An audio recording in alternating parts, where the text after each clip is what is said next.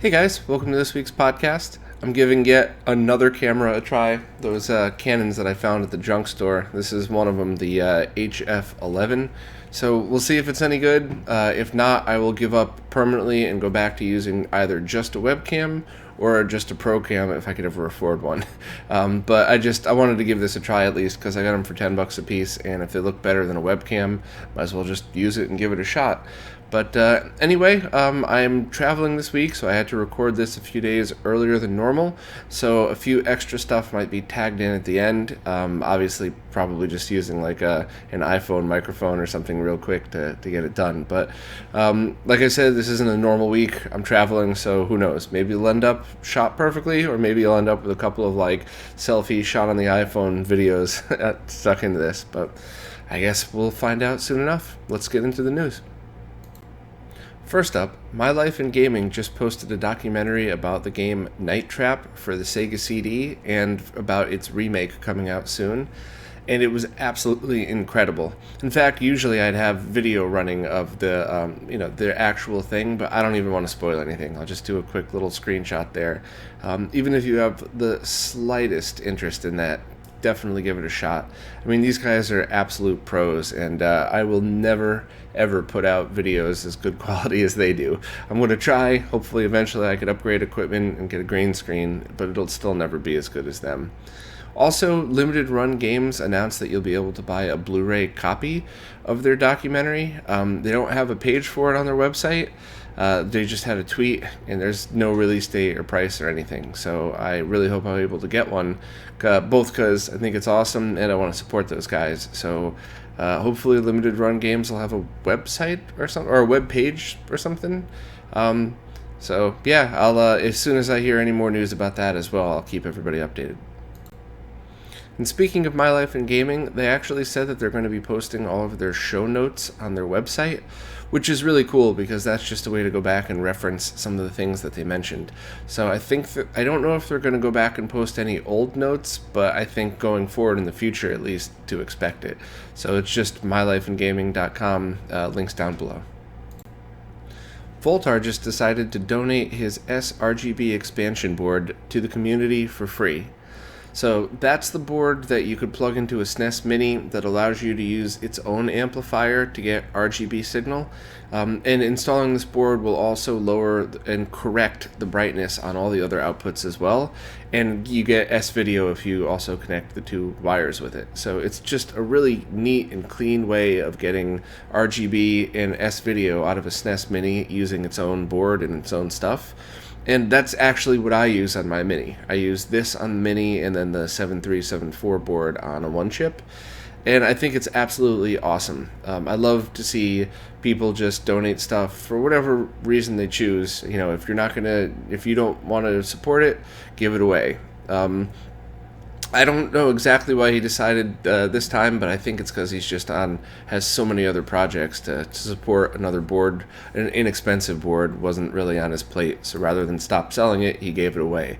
I'm pretty sure. So, thanks so much to him. And maybe an end result of this is we're going to start to see less crappy mod work on eBay. Because maybe now that this thing is out there for free, just go to OSH Park, make a couple boards, solder some components. Maybe now people will start to use this to do SNES Mini mods and not whatever hacked glued solution they've been using. So everybody cross their fingers, and maybe this is a step in the right direction for everybody. It looks like the Too Old, Too Furious fighting tournament coverage that I shot got posted on shoryuken.com, which is pretty awesome. So I know I've talked about that 2 weeks in a row. I guess this would be third, so I don't want to waste any more time on it. But shout out to Shoryuken. Thank you very much for posting that, and I really can't wait for the next one. It looks like the team behind the RGB Pi is now going to be making one for JAMMA adapters as well. So now that's at least 3 total designs that are going to be available to go from a Raspberry Pi to JAMMA, which is awesome. I still haven't had time to do the full shootout of all the other ones, and I'm really upset about it because I've been dying to do that for a long time. So I'm supposedly getting an arcade machine in here eventually as well. So maybe I'd be able to do that afterwards. So I'll do the ones that I already have first. I'll do that full video, and then hopefully I could do the JAMMA versions too when they're all set. yet, because that is really exciting to me. You just grab your little ass Raspberry Pi, stick the JAMMA adapter on there, and stick it right inside your arcade cab. That is awesome, because I spent a long time perfecting the Mortal Kombat machine setup that I had, when really I would have loved to have had a pre-configured image like this. So very exciting stuff, and I will report back when there's more to say about it. Someone just sent me a link to a new scaler that does arcade games, so RGB to HDMI, and at first glance it looks like one of those GBS line doublers that process 240p as 480i interlaced, but I haven't had a chance to really look at it, and I haven't purchased one yet, so maybe it's way better. But it's $60, so it might just be worth trying out. Inexpensive scaling solutions are pretty much non-existent. Ones that are worth trying, in my opinion. All of the ones that I've tested just add a gazillion frames of lag, and they look like shit. So if it's just even passable at $60, I'd be happy. So maybe I'll get around to testing one, or if any of you guys have owned one of these yet, please let me know, and who knows, maybe there's a cheap little scaler that we'll finally be able to start using, even if it's just for 480p line doubling. A quick update to the OSSC project. It looks like the version 1.6 OSSCs should be arriving to video game perfection in September, which means they'll probably start shipping around that same time. So I would guess that unless there's any major delays, the first round of pre-orders will probably ship around late September. No hard date yet. I'll let everybody know when there is, and I ordered one too because I want to test and see just what the little differences are. I think it's just minor stuff, audio built in and things, but I still want to put it through its paces because I'm me. Someone sent me a link to a paste bin page that talks about making an RGB input card for JVC monitors that don't have one. I think Panasonic monitors would use something similar as well. I didn't really have time to go through the whole thing, and Pastebin really isn't the easiest place to read through stuff. It's essentially like reading through a text file. But if any work like this is being done, I'm excited, because there's a bunch of cards that you can't get anymore or are expensive, like the BKM68X. So if we're somehow able to make our own or find ways of repurposing other ones, I am 100% on board and will try to help any way I can. So any experts have time to take a look at this, let me know, and maybe we could make them for some of the Sony monitors as well. 2 new MSU audio patches were just released for the SNES. One is for Street Fighter II, and the other is for Terranigma. I think I'm saying that right. I'd actually never heard of that game before. But as always, any MSU audio patch I'm very excited about, and I will have to at least try just to see what it's like. Especially because Street Fighter II has had some really great soundtracks over the years, so I'm really interested to give it a shot and see. The links to the main patches are in the description, and I'm pretty sure Smoke Monster will be having those in his MSU pack soon, if not already, so definitely look out for both of them. A few more patches were released for Mega Man: The Wily Wars on Sega Genesis. Now, for anybody that doesn't know, that's a game that took the older Mega Man games that were on NES and kind of remastered them for the Genesis, kind of like Super Mario All-Stars did for the Mario games on the SNES. And I love it. I just think it's a very cool game, and the few quirks that it had, I think, were worked out in some of these patches, as well as it fixed the save RAM patch for it. Now, this was a PAL-only game, but one of the patches makes it run at 60 frames a second, and compatible with NTSC TVs as well. So this is really like a fully featured patch for it.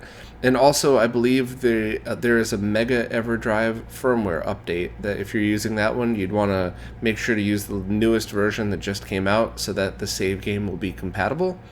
So I'm definitely going to be grabbing that patch, updating my Mega Everdrive, and giving this a shot again, because I think the last time I tried to play through, I still lived in my other apartment, and it was a lot of fun, but I just never had time to finish it. So here we go. I'm going to give it another shot. And thanks to Smoke Monster for giving me those last 2 tips. I always love it when people keep me in the loop with stuff like this.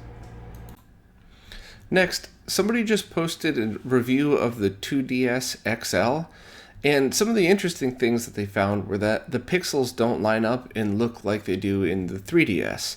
So I think it's a result of them using a different resolution screen and then having to just compensate for that in the software. And they had a bunch of other points in the article, but that was the one that certainly stood out the most to me. So I haven't had a chance to test one myself. I still have a couple of 3DSs over there I need to test and send one back to my friend Justin. But whenever I do get around to it, I would love to do a screen shoot out of everything and kind of test these myself and post pictures up. But it seems pretty interesting for somebody that might have been interested in buying one of those. DB Electronics currently has stock of the PC Henshin adapter, and I believe other of their products are coming in as well. So by the time you watch this, they might actually have a full inventory. So if anybody's been waiting on any of those things like the graphics booster or the Genesis single flash carts or anything like that, now's the time to pick one up. I just saw that Dolby Labs posted an article about a reference LCD they make that outperforms CRTs. And while I'm always skeptical of stuff like that, because of course Dolby's going to, write an article boosting their own stuff, these things are also ridiculously expensive. I think somebody posted it on one of the CRT groups, and I mean, I would love to see one in person. And I've actually had the opportunity to see a lot of these things.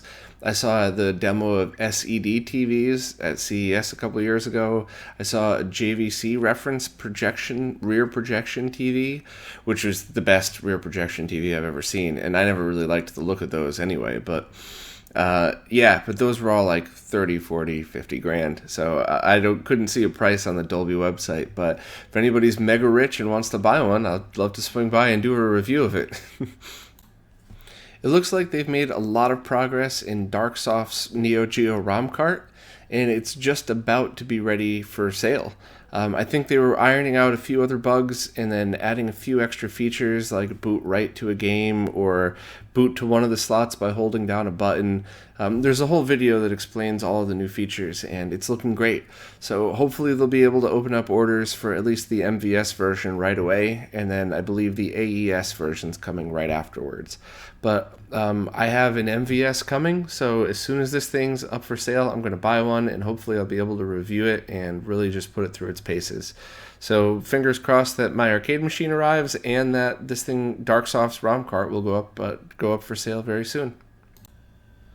I recently posted a review of the RetroUSB wireless NES controller, and I kind of had some mixed results with it. So if you were interested in buying one of these, or if you were wondering how it worked, I would definitely watch the video. I haven't reached out to Brian yet about it. Maybe, I don't think I got a bum unit or anything. I really just think it comes down to a matter of preference and, what your hands are used to.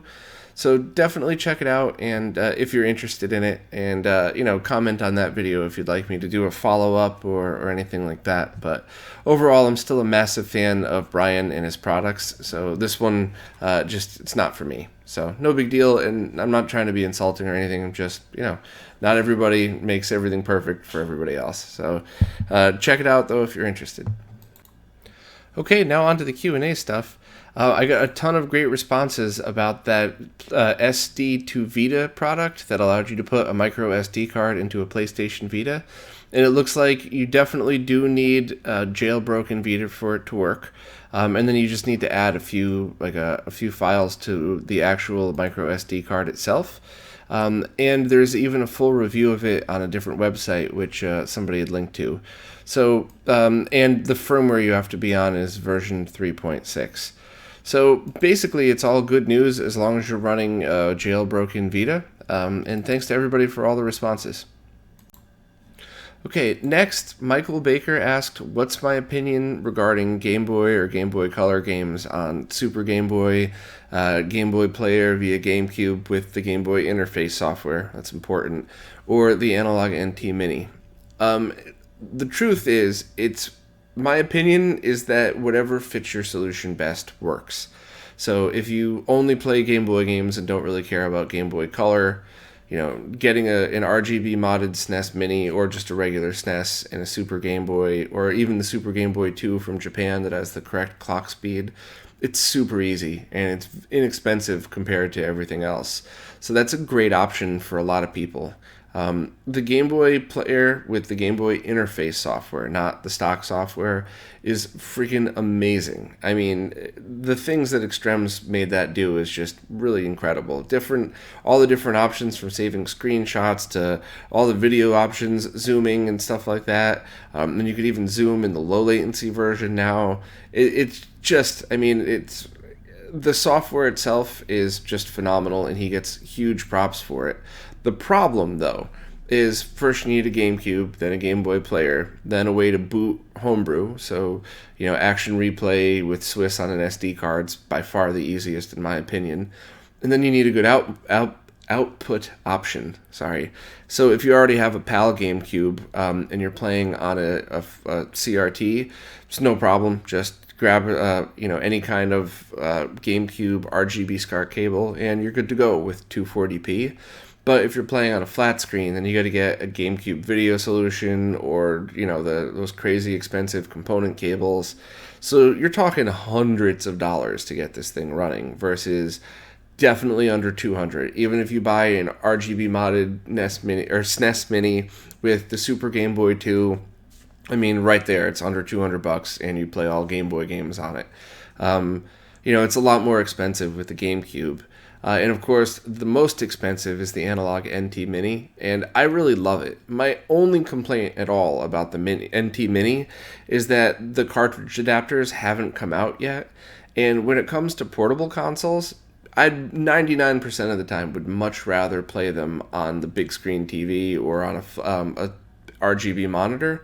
But because it's portable, I love having the option of like, all right, cool, let me go explore around in Oracle of Seasons, and I could just throw it in my handheld and play it on the couch or play it on the subway or something. And so that is the one thing that the analog NT Mini is missing, is the cartridge adapters that were supposed to kind of been out by now. I know Kevtris is swamped with work. I'm sure they'll come out eventually, but yeah, depending on what you need. I mean, the Game Boy interface software offers screenshots and stuff that might, and a few other zoom options that might make you want it over the analog NT Mini. But when you buy one of those, you get 10 consoles in one. So that's my opinion on all those. And I'm really, what adds even more confusion to it is when the RGB moddable Game Boy Advance kits and then the HDMI Game Boy Advance kits come out.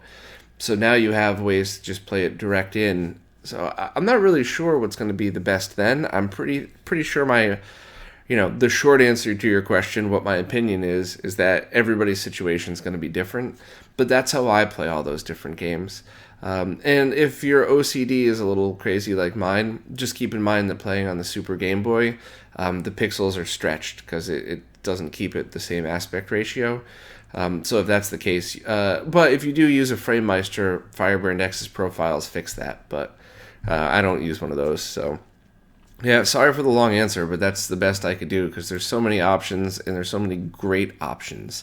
So I guess just definitely pick the one that's best for you after evaluating each one of their features and cost. Next, Dave Kercher asked, you mentioned that Wii and Xbox component is preferable over SCART because they support 480p. Is this an implementation decision on their part or part of the SCART standard? So basically, SCART is the connector and the standard that goes with it. The video signal that goes through that cable is RGBS, which you could put, I think, definitely up to 1080i and possibly up to 1080p through it. But it's the SCART standard says that you could only go to 480i. And to be honest, getting anything more than that and using SCART the way we as retro gamers do is a relatively new thing. I don't think you would have found in most cases in like year 2000 people hacking stuff and using a SCART cable to put 480p through it.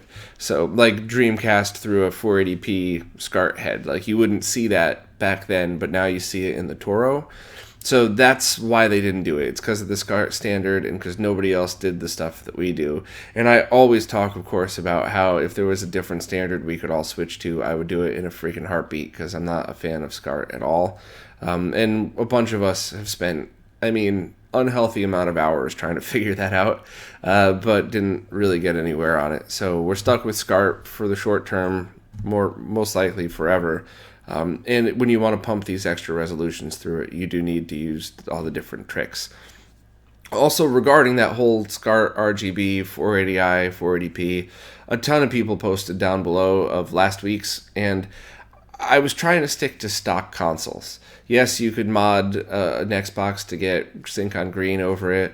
Yeah, I know some videos out there say that 480i looks better than 480p in certain scenarios, but I'm just trying to stick to stock consoles in general terms here. Any of the nerdy stuff we talk about, especially in the Q&A, I could probably talk about for a half hour. I try to keep these things to like as short as possible. So I know I skipped all those details last week, but hopefully this gives you, give Dave the answer to his question and give you guys perspective on that. Next, Simbin asked, how do you recommend playing modern PC games on 240p CRTs? Stuff like Shovel Knight, AM2R. That's really awesome to do, by the way. I played through AM2R in 240p on my Sony BVM, and it was just incredible. Axiom Verge, I played mostly on a CRT in 480p, but I did try it once in 240, and it was cool as hell through a down converter. But there's two ways to do it. The easiest way is to find a down converter like the Mimo Genius 2 or the Extron Emosha. Both are hard to find and very expensive, so keep that in mind. But basically, you just take 480p VGA, whether it's an actual VGA output or an HDMI to VGA converter, one of the really cheap ones, plug it into this, that down converts to 240p, and then plug that into your monitor. So that's the easiest way to do it. There's talks of somebody possibly making kind of like the opposite of the OSSC, so you could put in any kind of 480p and it always spits it out. So kind of like the Super Emosha, but a brand new retro gaming based product. That would be really cool. But until that comes out, if that even comes out, it's just going to be really expensive and hard to find. If you want to run software, that will work great too. You just have to keep in mind that you're now lowering the resolution of your computer. So it makes things kind of hard. You almost have to get the game ready to launch. Like a trick I used to use was open up the run window in Windows. So, just hold start and hit R, get the command ready to launch the game, switch it to the low resolution, then launch the game. That way you don't have to worry about, icons and stuff like that. But anyway, using an arcade VGA video card, just install it and it boots into 240p if you want to, and you could switch between resolutions on the fly. Or use a compatible ATI card, ATI AMD card, and CRT EMU driver. And I've really barely even experimented with that, but basically you just load it up and you change the resolution. The only thing to keep in mind is either of those solutions are using video cards that output RGB HV, so the sync is split into two. You're really going to want to use a sync combiner.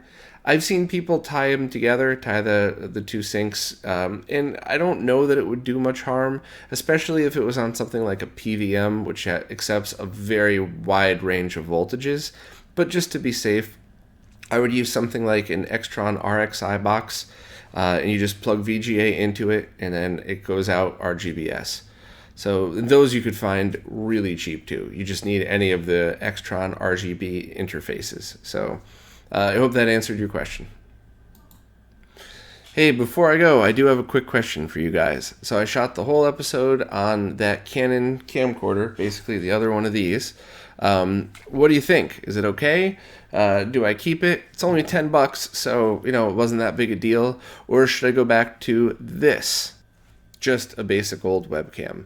The only solution I found that really does work the best is one of those professional 1080p video cameras, which are at the moment out of my price range. So the best bets for now are that cheap little camcorder that you just saw, or the Logitech C960 webcam. And whatever you guys prefer, I'll keep using. It's the exact same effort to do both of these things. So just let me know.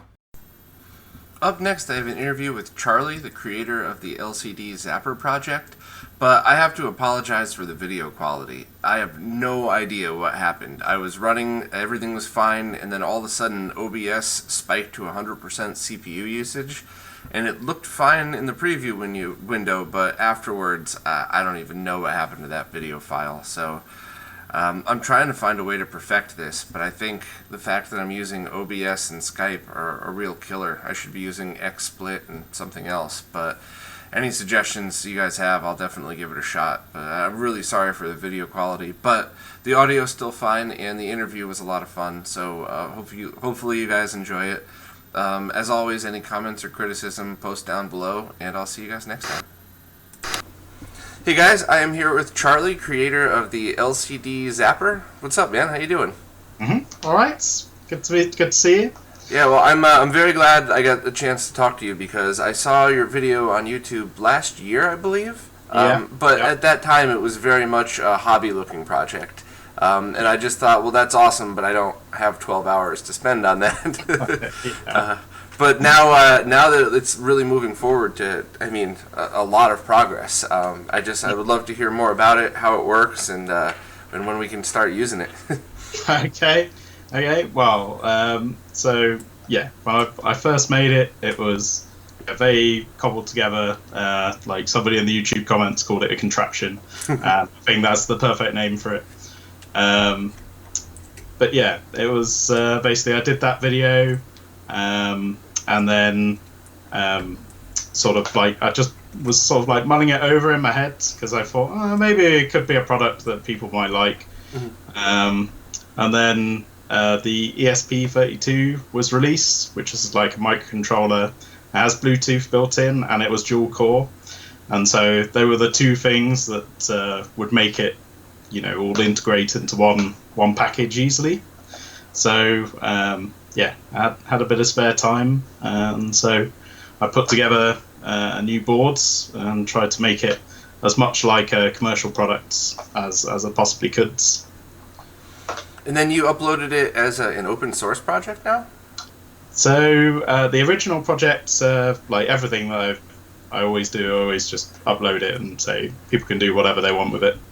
As this one is basically the same thing but in a nicer package. It's up there, and any hobbyists or people can build it. It's only got a clause on it saying it's not for commercial use.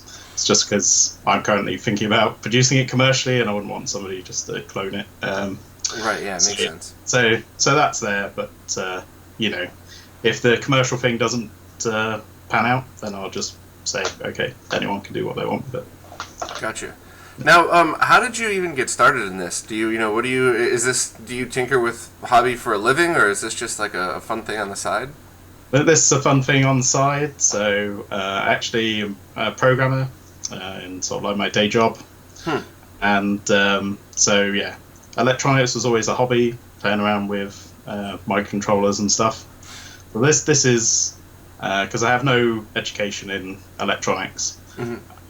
So this is like the first sort of semi-serious bit of analog, because I need to interface with an analog video signal that I've ever done. So yeah, I'm sure, I think it's worked out fine, but I'm sure there are better ways of doing it, and etc. But well, I'm sure the programming knowledge you had was at least a help in doing all this. That way you could interface the hardware together. I mean, that's the hardest part for me because I'm not a programmer. So yeah.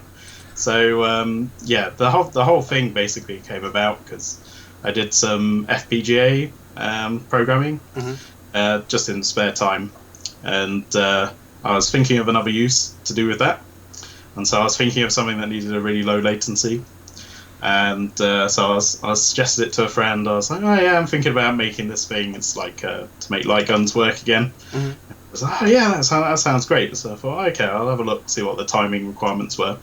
I was a bit disappointed to find out I could do it with an Arduino. So yeah, so the Arduino one came about, and then yeah, the new version's got a faster CPU, so it's a bit more stable than the last version was. Gotcha. Now, about how much lag is added to all this, because it's kind of a... Well, I guess, you know what? Hold on, let me just... I'm skipping to the end here. How exactly does this work start to finish, then? Would you mind just kind of walking through it? Okay, well, I'll try to, whether I'll be very good at explaining it. It's basically like a 1-pixel TV.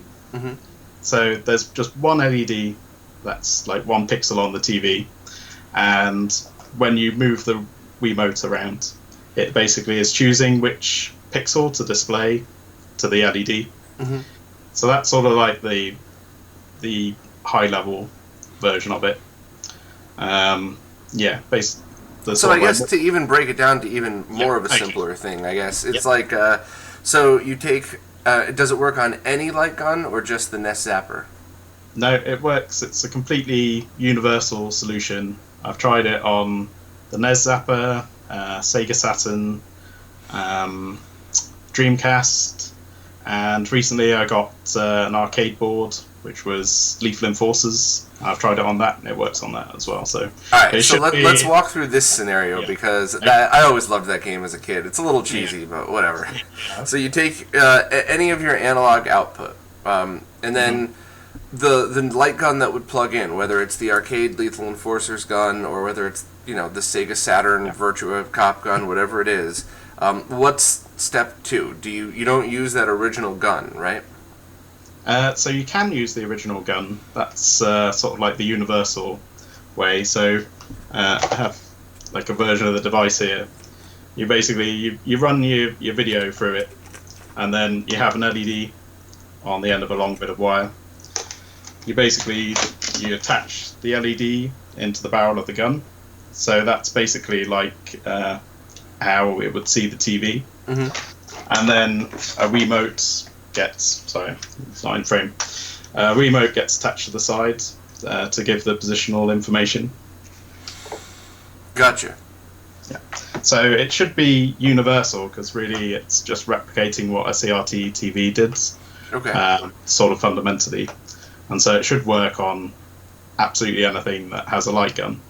So the sort of the more refined version of that maybe is I have like a prototype of that version here, which is basically it's the device, and then it has a NES port on it or whatever game you want to play with it, and that just plugs in like a light gun, and then you play it like a Wii game. You get a pointer on the screen, and then you just use the remote. You use the trigger on the remote to shoot.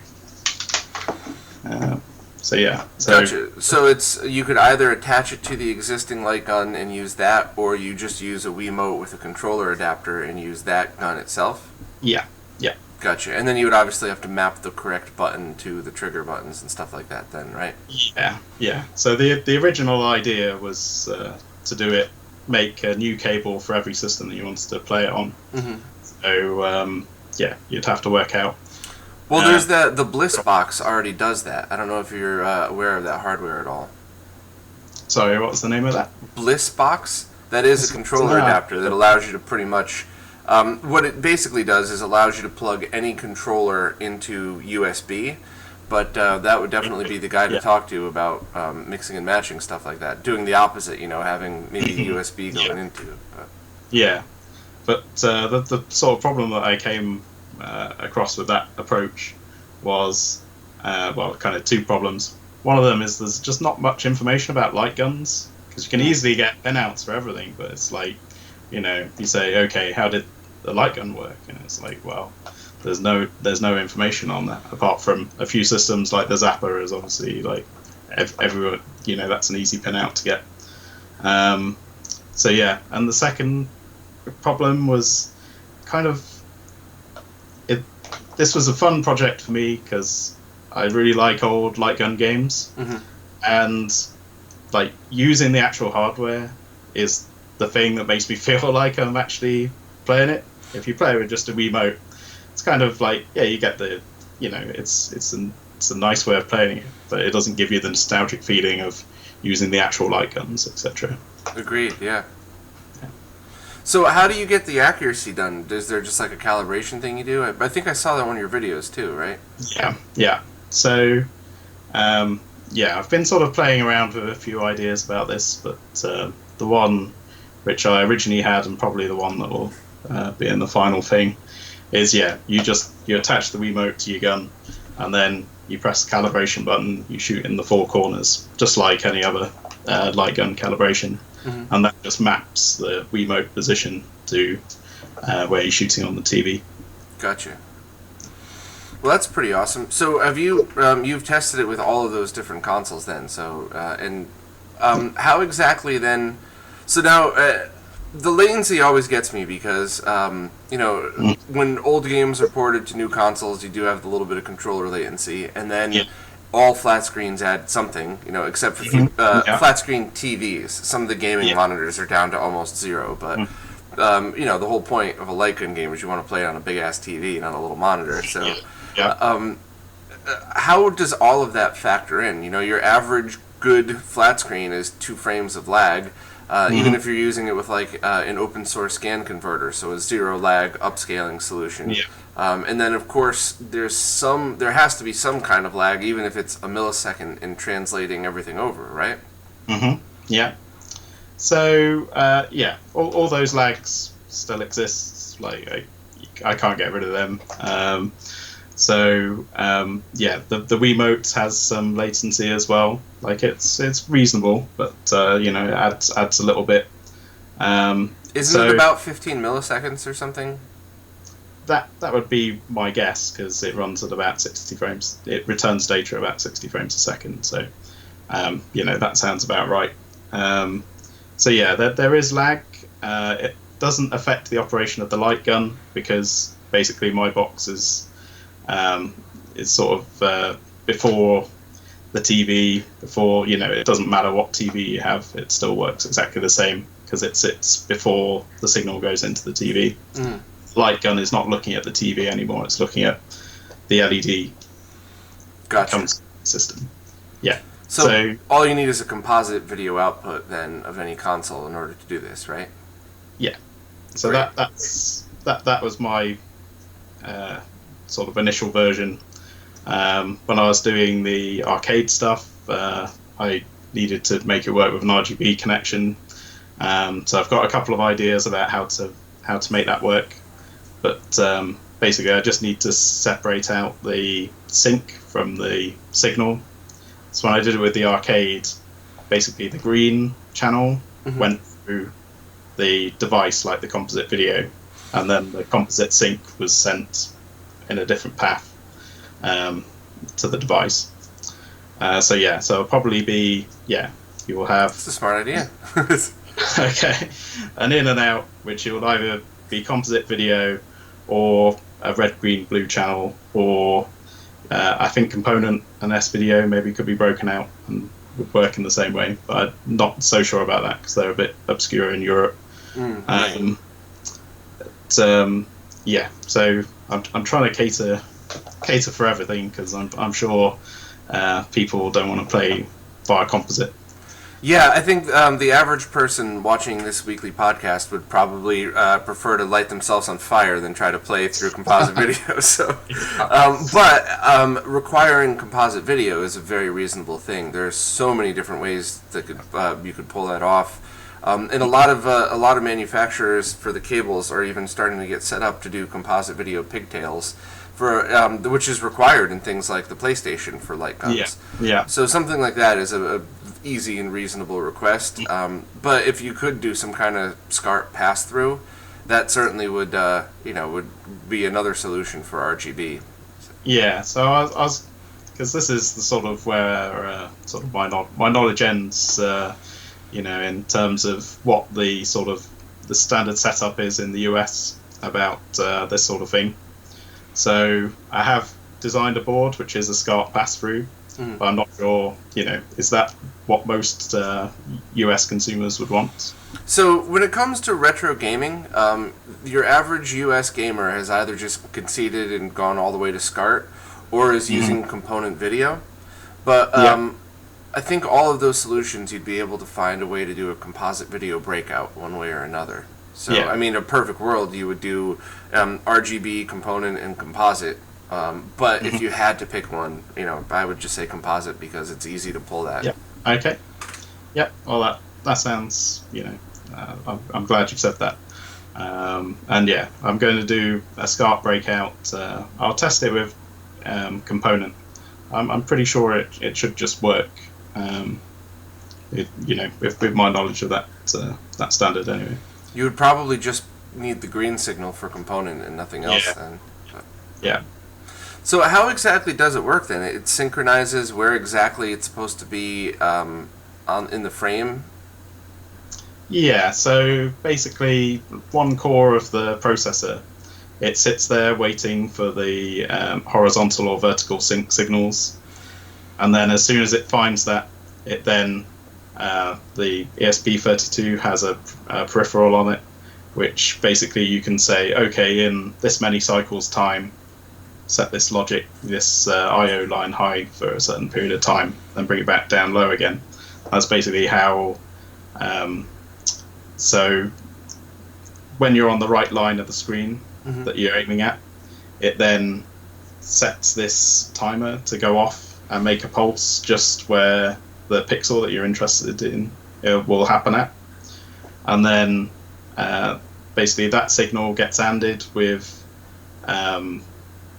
the brightness of that pixel, because things like duck hunts, etc., they basically just work on the brightness instead of the timing, which is a bit unusual.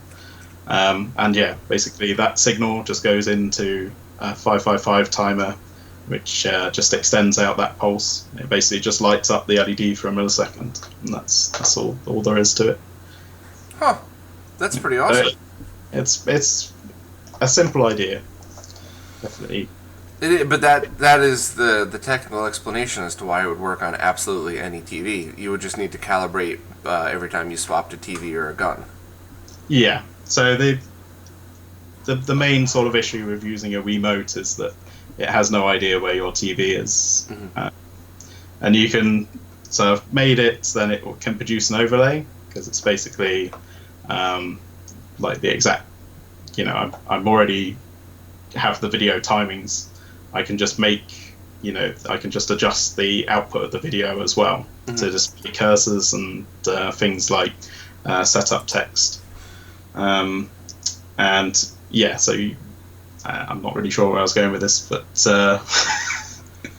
well, just so that you could put it on any TV, so that way it's about the Wiimote and the receivers, not the TV itself. Yeah, so.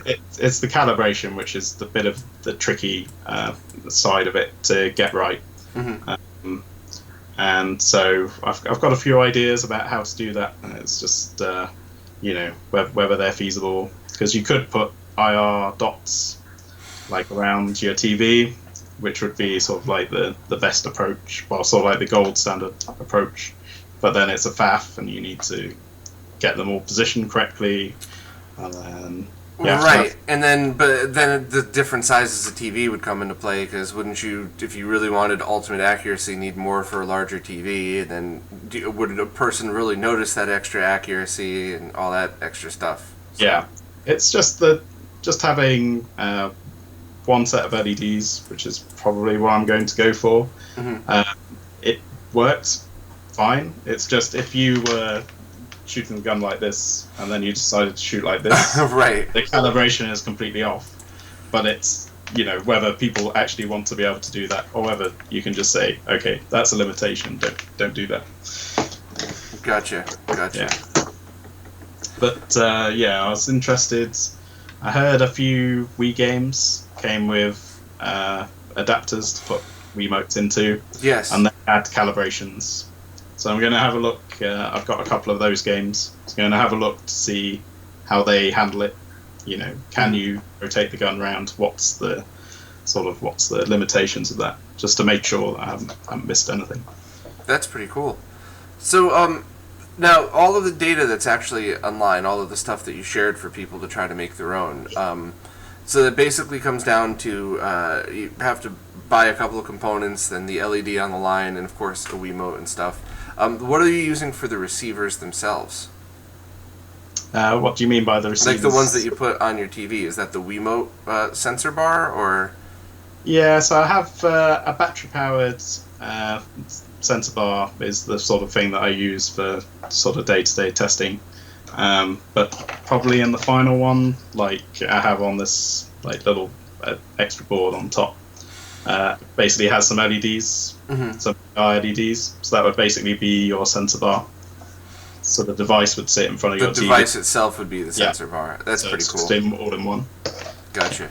So, but for now, people would just use one of those, just buy the battery-operated Wii sensor bars. Yeah, because I think that's the easiest way of doing it, because if you have your Wiimote on, it will try and your Wii on, try and pair with your Wii. So it's kind of like it's probably just easier to get a battery powered one, and then it will sync correctly every time. So about how much would it cost for somebody to buy all the parts and just do it themselves? You know. So I think there's maybe about £25, which is probably about $35. That's pretty darn cheap. It's I tried to get the cost down as much as I could. Yeah, so that's for self-assembly, so it would be about double that if it were ever to be a sale product, considering all the work that would have to go into it, I would assume, right? Yeah. Well, yeah. Still a pretty reasonable kit, though. Yeah. I mean, to play Duck Hunt on a 70-inch TV would be pretty amazing. Yeah. So it's sort of like, maybe I shouldn't be talking about prices until I've completely settled it, but I was hoping for maybe like $60, $70, something like that was sort of what I was aiming for. Yeah, I don't think anybody would hold you to costs in something like this, just because it's, you know, it's still in, I guess you would call it a prototype phase, even though it's still out there. It's not, you know, a sellable box that you have yet. But and you said you're looking into it, so that's something that you're definitely considering? Yeah, it's something that I'd really like to do. There's some hurdles which I'll have to get over, and one of the main ones is emissions regulations.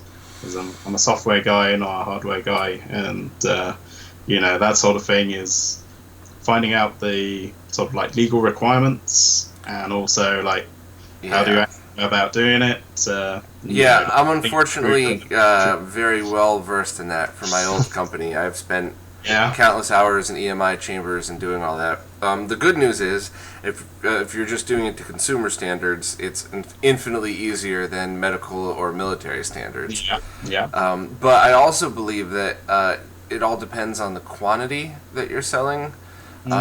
Because, you know, it's kind of like, it's like everything else, right? If you copy a CD from a friend or copy a DVD from a friend, yeah, it's technically illegal, but it doesn't do any harm, and it costs more to police that than anything else. But if you start selling hundreds of copies, now you're, you know, it's the same type of thing. So if you ever did like a limited run of production, I don't even know that I would bother even looking into that. But if you were trying to sell it, then yeah, I mean, that's something to look into. Yeah, well, it's kind of, you know, if these laws didn't exist, you know, I'm not saying they're bad laws or anything. If they didn't exist, then yeah, I would have produced a few already and just like tested the market. Which means that if you do have to get it tested, you know, you then have to go, okay, I need like this many orders to make it worthwhile to do the testing. Right. And then, you know, that becomes a bigger thing, and it's, you know, maybe like a lot more pressure to get that right. You know, it doesn't seem like there's, you know, a way of just like testing the market, producing a few. So, yeah, I mean, there are ways to do that privately. You could do low order pre-orders on a forum, something like that. You could just kind of work through. I'm sure you might end up getting a million emails after this from people that want to try and test. And it's always really hard to see as well, you know, because there are so many enthusiastic people that want really badly to help, and it's figuring out which one of those actually has the knowledge to help. And I've been on both sides. I thought I was going to be able to do a great job, got it in front of me and went, holy crap, I am useless to you. You've already done the things that I'm good at, so take it back and give it to somebody else. So, yeah, I don't know if that's ever something you're interested in. I could certainly point you in the right direction for that to make it fairly easy considering, but I certainly think, you know, the end goal would be if you could have a sellable product. A ton of people would love that. Okay, well, that's good to hear, because I flip-flop every day between thinking, like, oh, this is a great idea, I'm going to, like, sell 1,000 units. Yeah, well, that's everything in life, too, you know what I mean? And then if you ever dare read the comments in any of these things, it's like, you know, it's easy to forget that your average person that's very interested in what you're doing, you'll never hear from.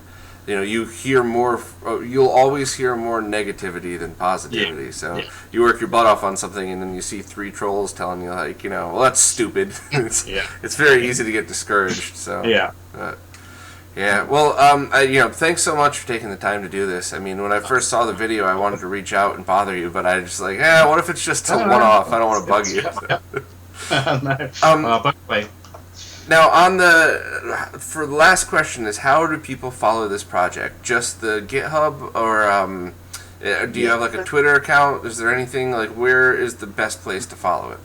On GitHub is probably the best place, which happened kind of by accident, because I started working on the new version, and I wanted to look back to see something which I'd done earlier on in the last version, just to remind myself how I did it. And I found this thread, which I had no notifications about. I had no idea it was there. I felt so bad that ignoring these people for like a year. So I've started posting stuff on there, like keeping them updated on the next version. So yeah, that's probably best place. Awesome. Okay, yeah. Cool. Well, thank you again for coming on. I'll definitely check in with you in the coming months when your project progresses. And I'll talk to you soon. Okay, cheers. Thank you very much.